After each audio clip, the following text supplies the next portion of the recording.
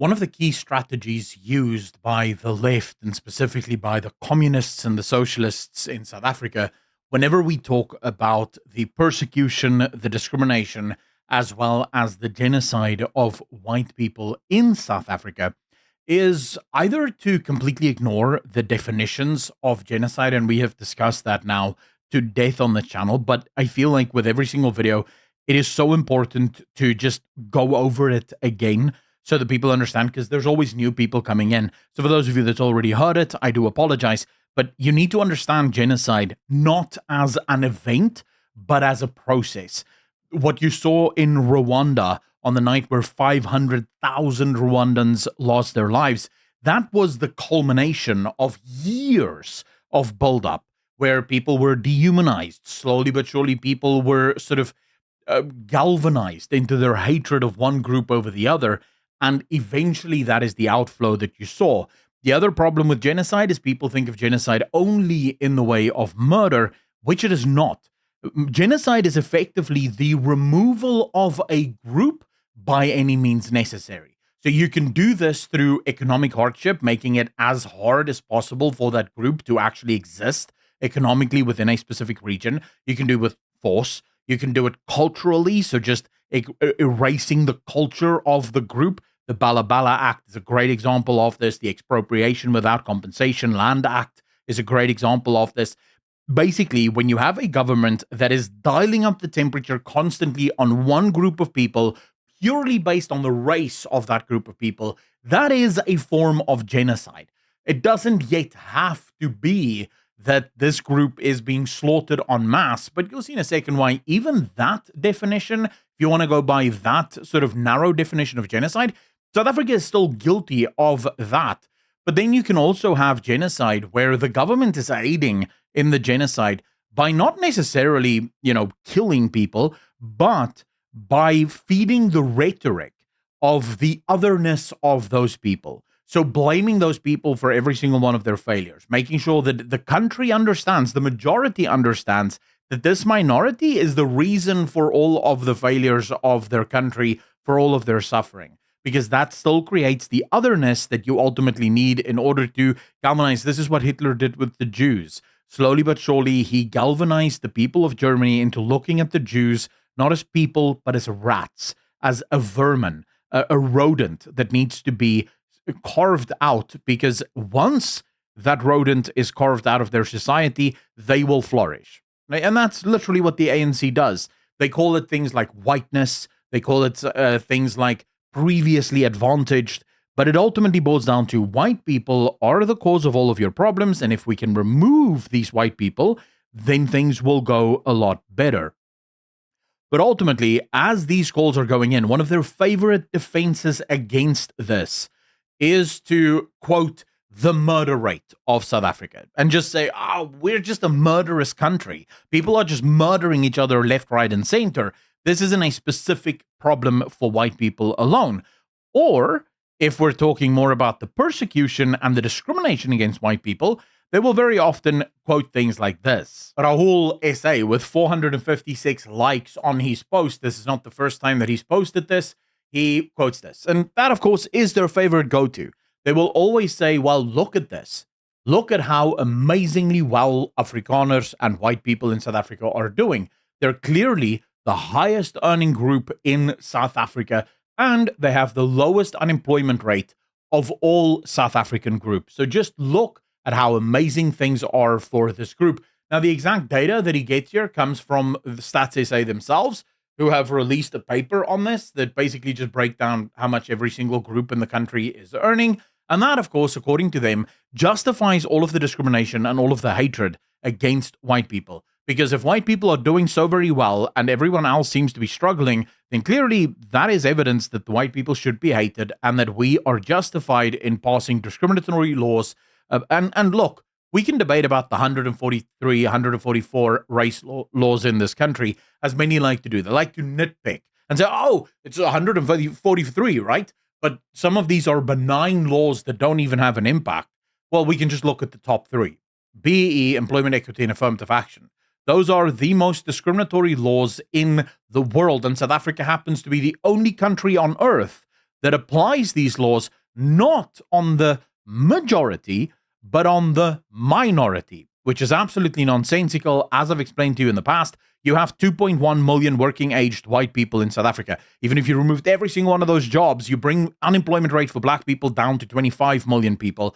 In 2 years, because we only add about 100,000 jobs every single year to the economy, we add about 600,000 new workers to the economy. In 2 years, you're right back to 27 million. So you've not improved anyone's life. Even if you were to take employment equity and affirmative action and BEE to its absolute extreme, it doesn't fix anything in this country. But never mind that.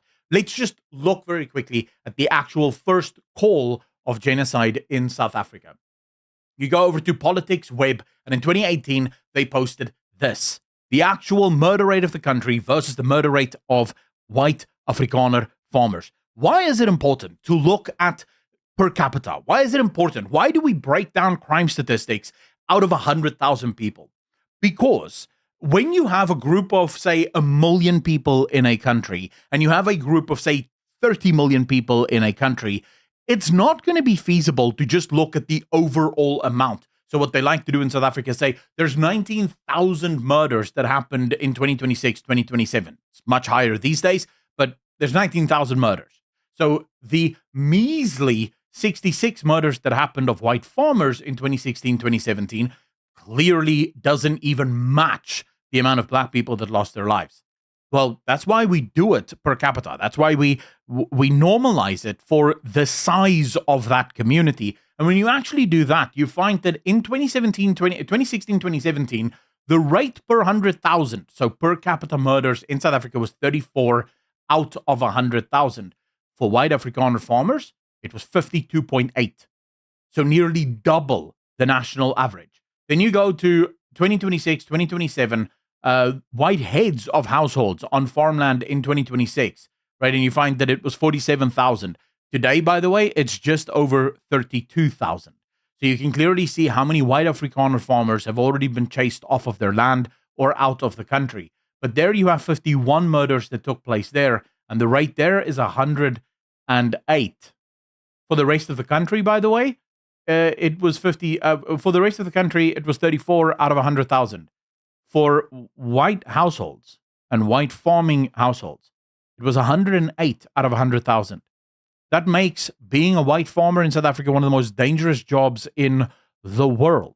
This is why it's important to not just look at the figures. So even on the debate of whether or not white people are being genocided in this country, the answer is yes. But then we go to the broader definition of genocide, the actual discrimination, and we go back to Rahul's post here, and we find, oh, look, white people are doing absolutely swimmingly. Unemployment rate amongst white people is only 8%. For black people, that's 36%. Well, okay, but what did it look like in 1994? You will find that among black South Africans in 1994, the unemployment rate was sitting at about 26%. For white people in South Africa, the unemployment was at about 4% in 1994 and in 2007, with a peak of 6% in 2002. So clearly, that's great. But then when you actually compare it to today's numbers, it's doubled from 1994. Whereas the black unemployment rate has not doubled. Black unemployment today sits at 36%. It was 26% in 1994. So clearly, unemployment rates among white people are climbing much faster than what they are among black people.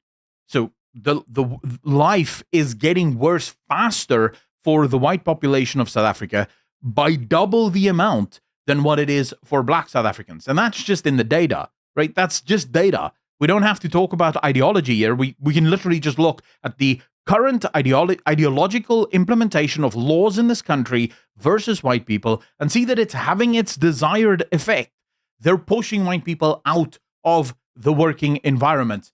The only reason that number isn't higher actually lies in another piece of data. When you actually look at this, you realize, wait, so as white people are being pushed out of the job market because of employment equity, affirmative action, and black economic empowerment, what are they doing?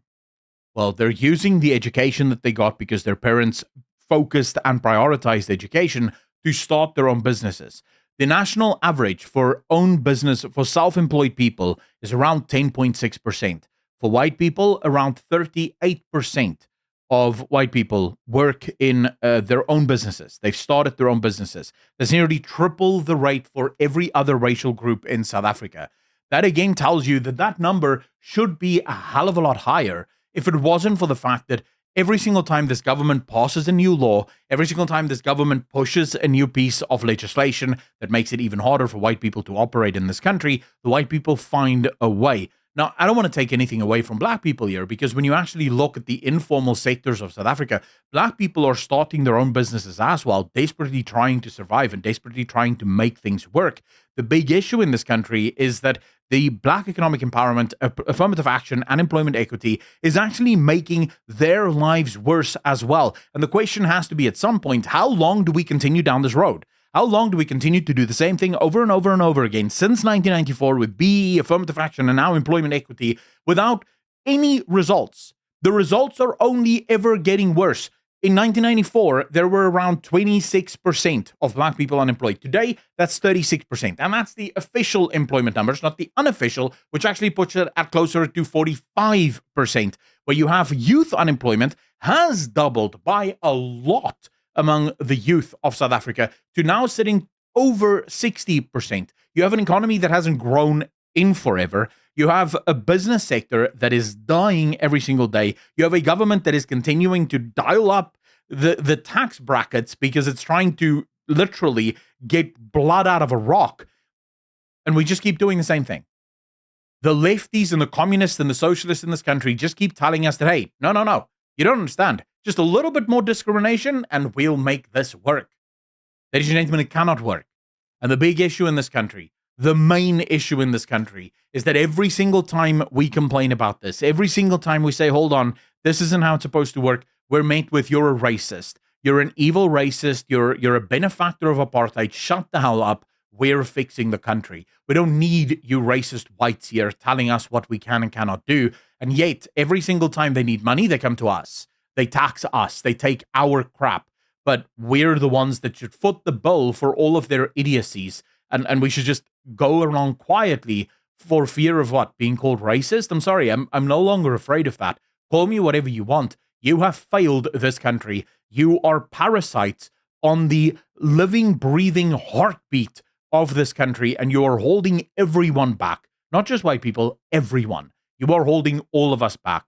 You are a blight, and you should be dismantled, destroyed, and forgotten by the history books. South Africa should serve as a tale, a cautionary tale of what communism and socialism wrought upon this world. It's evil, and it should be resisted. As always, ladies and gentlemen, hit the like if you like, hit that subscribe button, and please share this video around if you think more people should have access to the content that I make.